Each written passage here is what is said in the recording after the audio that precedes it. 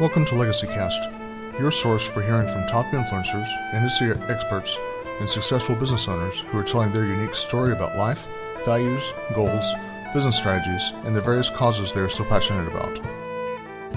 Future generations will come to be impacted by what is happening today, whether positive or negative, and our mission is to focus on what is going to affect change for the better. Hosted each weekday by James Snow, a former U.S. Army combat medic, now founder and principal advisor of James Advisors Group, a full-service financial planning firm in North Texas. This is Legacy Cast.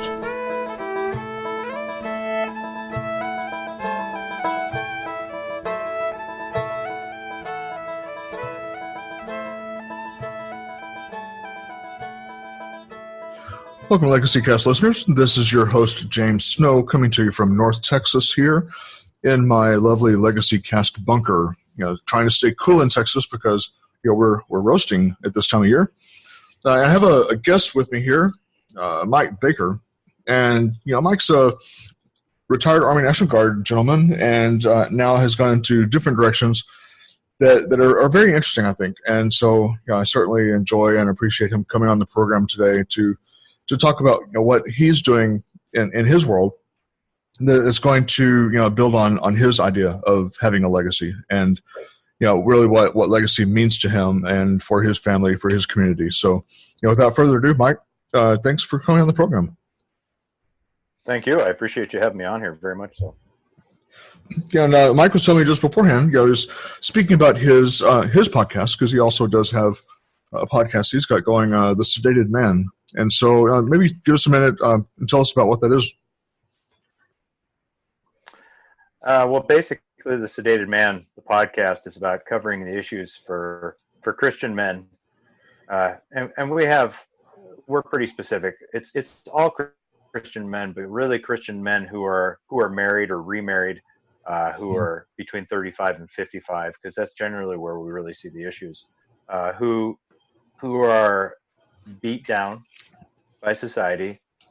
And unfortunately, society and culture have crept into congregations, and we want to raise those guys back up. They're told that their masculinity is toxic. They're told that it's, that being a man and biblical manhood is not necessarily a good thing, and that's within their own congregations, mind you.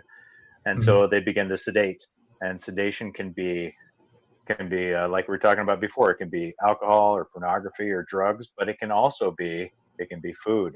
It can be Netflix.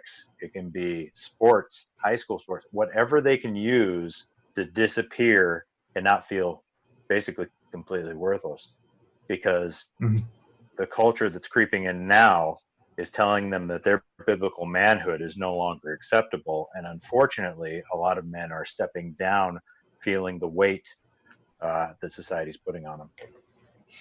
Yeah, and that's a huge topic and a huge undertaking. To jump into that one, because it's like you say, it has reached into so many different directions, and like you're mentioning the movies in Hollywood, they put such an emphasis on, it seems like even putting down true manhood and what that means, and it's very unfortunate that I feel at least that has occurred, because it's taking something away from society that God put into it.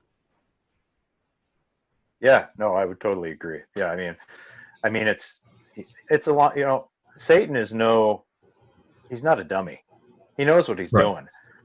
He doesn't have to infiltrate and completely wipe out Christianity. He's just got to take it down a peg at a time. And where you start with that is the leader of the house. And I mean, scripturally speaking, men are supposed to be leadership.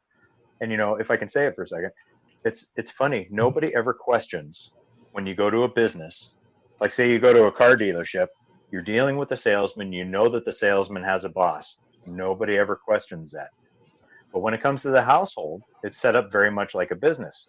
There is the guy who's supposed to be the leadership, and then there are those below him. That doesn't mean that his wife is subservient to him. She is a fellow heir, okay? Means they got to work together, means they got to talk about things, but ultimately, scripturally, he's supposed to make sure that direction is correct. But society has made it so that when you say there's a boss in the house, that's a problem. You can go to the car dealership and nobody has a problem with it, or any other business. But in the household, no, we can't have bosses. That doesn't work.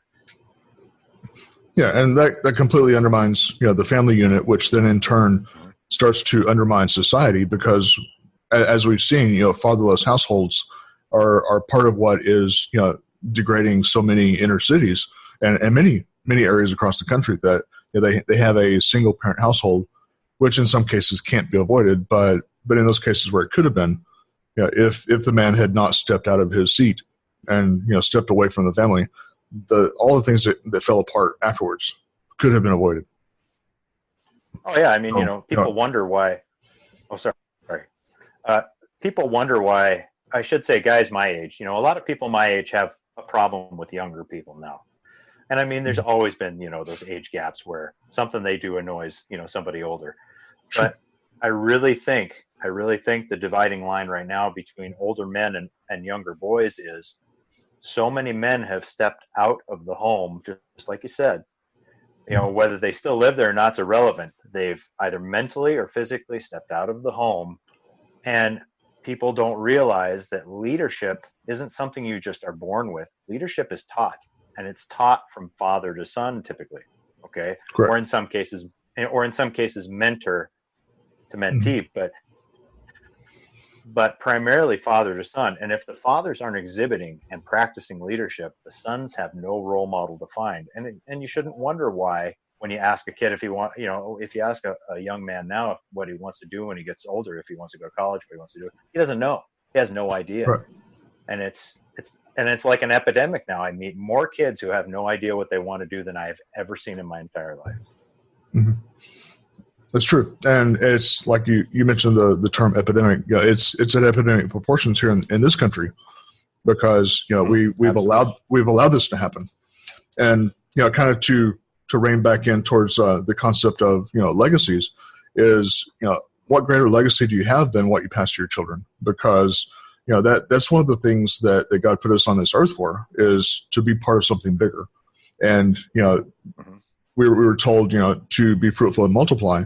That's not just to procreate. That's to multiply all the goodness that you're given, the blessings and the knowledge, the talents that we're given uniquely that make each of us a unique person. It's to take that and multiply it. It's to take all the things that we're stewards of and to multiply it. So it's not just one piece of the puzzle. That was a great commandment given to us, that we're to multiply all of the good that's given to us. Yeah, absolutely. The word I really like, two words you used that I really like: legacy, which is one thing I really appreciate about your podcast, because taking on financial legacy is tough stuff. And I'm still working on it, because I was a late bloomer in that area. I'm still working on it. And I absolutely agree. But legacy is obviously more than finance.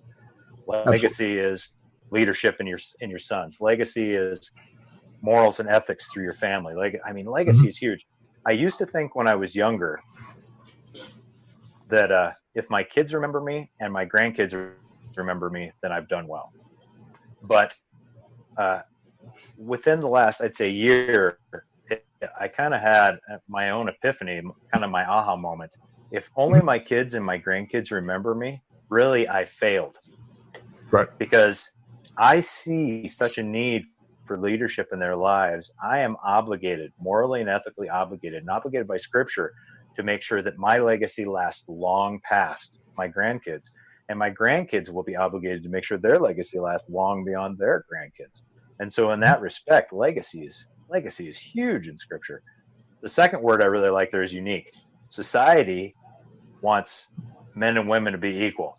Plain fact of the matter is scripturally, they're just not. They have two separate jobs really that they need to do. And there's nothing wrong with that. Okay. I have tremendous respect for women and the job they have to do in home. However, unique.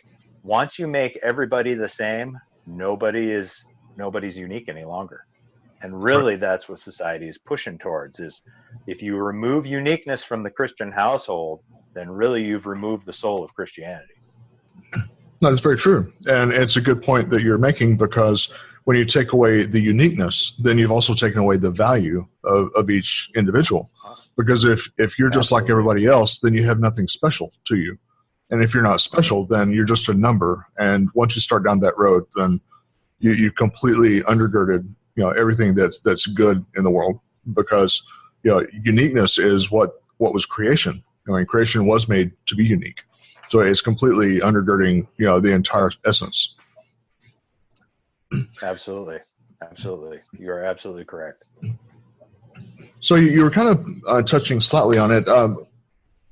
But what do you feel personally in your world that legacy means to you, though? You're talking about, to your children and grandchildren and so forth, but kind of the high level description. Legacy is, I think 200 years ago, there was no doubt that people left legacy to their families. Even if they were a poor family, there was a legacy of the family name that carried through families. People were proud typically to carry their family names. Mm-hmm. And I think legacy as it pertains, because as Christians or as God-fearing, we carry a slightly different legacy with us. There's nothing wrong with carrying your family name with pride, because you don't see that happening a lot anymore. Okay, so but legacy means that as the father, you understand you're obligated to make sure that your kids have the tools to carry on biblical ethics, biblical morals, and the family name, and make sure the three are tied together so that people seek to know information from you. Because really, mm-hmm. if you're teaching your kids to seek and save, which is the ultimate legacy, then their actions have to dictate the type of person that somebody wants to seek that information from. And really, I think that's legacy in and of itself. Yeah, very well put. And one way that I word it to people, and in the intro to the program that I put together, it's people telling their story their way, so that the generations to come know what mattered to you, what you cared about, what you loved, what you had values in, what you believed in, and then the things that you affected positive change in. And so, that ultimately is where our legacy is. It's not just, a financial one, though, that's part of what I do in business on the side level. It's really not, that's just a piece of it, because, finance is only a vehicle to get all the rest of it to the destination 4 or 5 generations from now. That's just the way that you're able to carry the story. You have to have a story, though, and that's all the rest of your life. So, do you feel like it's important that people start considering more deliberately, more intentionally what their legacy is than what they're doing right now? Oh, absolutely. Because, the time of the green tree, like Scripture says, everything's good. Nobody thinks about it. But, there's something I reference in my podcast called convenience and division. So everything has become so convenient, like whether it be technology, whether it be, primarily technology, technology has made everything so convenient that now division is easy. It's always easier to say, well, I don't like what somebody said to me on Facebook, therefore I'm not going to talk to them anymore, because, and usually this is the excuse. Well, they're not going to listen anyway, so I'm not even going to bother. And so what that does is it eliminates my need to actually go talk to them, where Scripture tells me I should go talk to them. Sure. So, convenience and division is huge, and really, the sooner we can eliminate convenience as an issue, and I'm not talking about eliminating technology. Technology is a tool. It can be used either way. If you have problems with technology, then you need to go to a brother or sister, depending on who you are, and get some accountability and help get that reeled in. Okay. Right. But if you can do it yourself, that's great. Do it yourself. But the sooner you reel in convenience, the harder division becomes, because then you've got to deal with people on a face-to-face basis. You can't just text them. You can't just, I'm not going to sit here and say there's no drama in my family. I would love to say that, but there is. I mean, I've got a son who hasn't talked to me in 12 years, and I got another son who's not talking to me currently that I need to talk to, and we're dealing with that slowly, but we're not dealing with it via text, and we're not dealing with it via Messenger, and we're not dealing with it via Facebook. We're going to deal with it man to man, because that's what Dad taught him to do. Yeah, and it's important that you mention that, because everyone, all the people listening here have been in a situation where you're somewhere and you look around, and how many people have their noses buried in their phones or in their iPads or whatever. They're walking down the street running into telephone posts, for crying out loud. And there's videos of that on Facebook where people run out in the middle of traffic because their face is buried in their phone.